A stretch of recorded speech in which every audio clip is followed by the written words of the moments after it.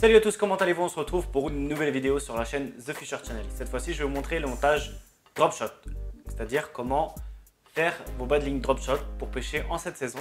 Ça marche vraiment très bien sur les percidés, donc perche et cendre.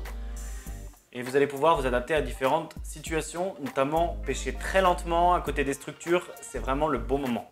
Donc je vais vous montrer deux types de montage drop shot avec deux nœuds différents. Vous allez voir, ça va vous plaire. Allez, c'est parti.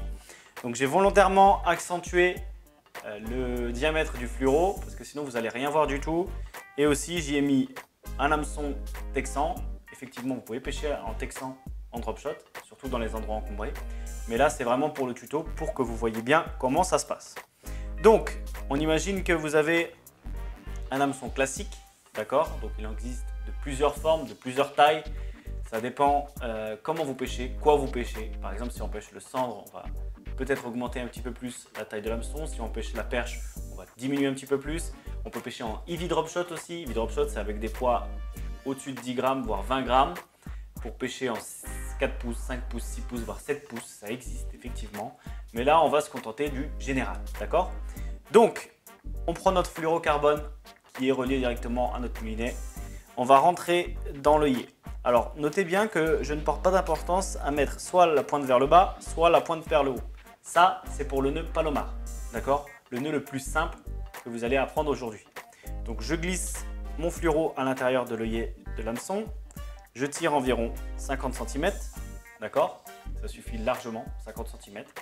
Ensuite, je viens y replacer mon fluoro à l'intérieur de l'œillet, c'est-à-dire que votre hameçon, il est totalement libre, d'accord? Et le but, maintenant, c'est de faire le nœud palomar. Qu'est-ce que c'est le nœud palomar? Donc, nous allons créer une boucle classique, comme si on allait faire un nœud. Puis, nous allons passer dans cette boucle, d'accord? Mais au lieu de tirer comme ça, nous allons y passer l'hameçon, comme ceci, ok? Ensuite, vous allez bien jusqu'au bout, vous remontez tout en haut. Et petite astuce, il faut vraiment bien humidifier parce que c'est un nœud qui frotte beaucoup, d'accord?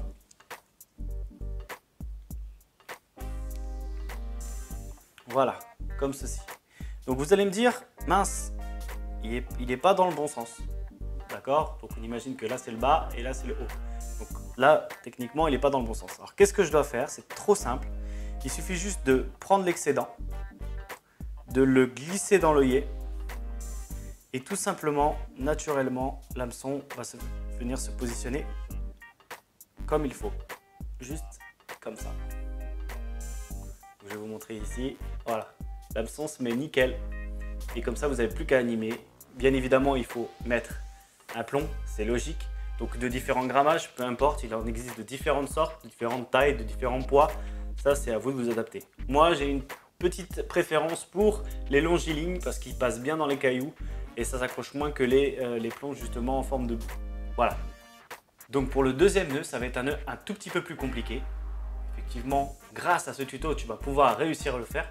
Et je le préfère ce nœud. Effectivement, il est plus apte, il est plus correct pour pêcher en drop shot. C'est-à-dire que ton hameçon va vraiment être à la perpendiculaire de ton fil. C'est l'objectif. Donc on refait pareil. On prend notre hameçon, notre fluorocarbone. On va y laisser comme tout à l'heure. Alors notez bien, cette fois-ci, qu'il faut absolument que votre pointe soit vers le haut, c'est-à-dire vers votre moulinet. C'est très important, parce que sinon, là, on ne pourra pas repasser le fil à l'intérieur de l'œillet pour qu'il soit bien perpendiculaire au bas de ligne. D'accord? Donc pointe vers le haut, donc pointe vers le fil qui va vers le moulinet. D'accord? Donc on sort l'excédent, hop. Là, on vient faire une boucle classique. Donc là, l'hameçon, il est totalement libre. Okay. Ensuite, on vient placer l'hameçon en haut de la boucle. Ok. Donc jusqu'ici, tout va bien. C'est pas très compliqué. Donc là, je suis obligé d'augmenter la taille de la boucle. Et ensuite, on vient passer plusieurs fois. Donc on va dire 3 fois par exemple. Si j'y arrive, on va passer 3 fois à l'intérieur, comme ceci. Comme ceci, et vous voyez, ça fait des spirales sur le côté. Voilà. Une fois que vous avez passé 3 fois, pareil, bien humidifié. Comme ceci. et vous avez juste à tirer les deux bouts. Alors, faites bien attention que le fil ne s'échappe pas. D'accord? Donc, vous maintenez l'hameçon et vous tirez comme ceci. Tac. Vous allez voir, ça va créer des nœuds sur votre hameçon. Et ce qui va permettre d'avoir un hameçon totalement libre et vraiment bien positionné par rapport au fil. Vous avez vu par rapport à tout à l'heure, ça n'a rien à voir. Là, ici, notre fil, il est vraiment bien perpendiculaire au bas de ligne. Enfin, notre hameçon est vraiment bien perpendiculaire au bas de ligne. Et c'est juste une présentation naturelle du leurre. Tac, tac, tac. Donc, il n'y a plus qu'à pêcher maintenant. J'espère que vous avez apprécié cette petite vidéo. N'hésitez pas à le manifester dans les commentaires. Dites-moi si vous voulez d'autres tutos sur la chaîne The Fisher Channel. On se retrouve très bientôt. Bye bye.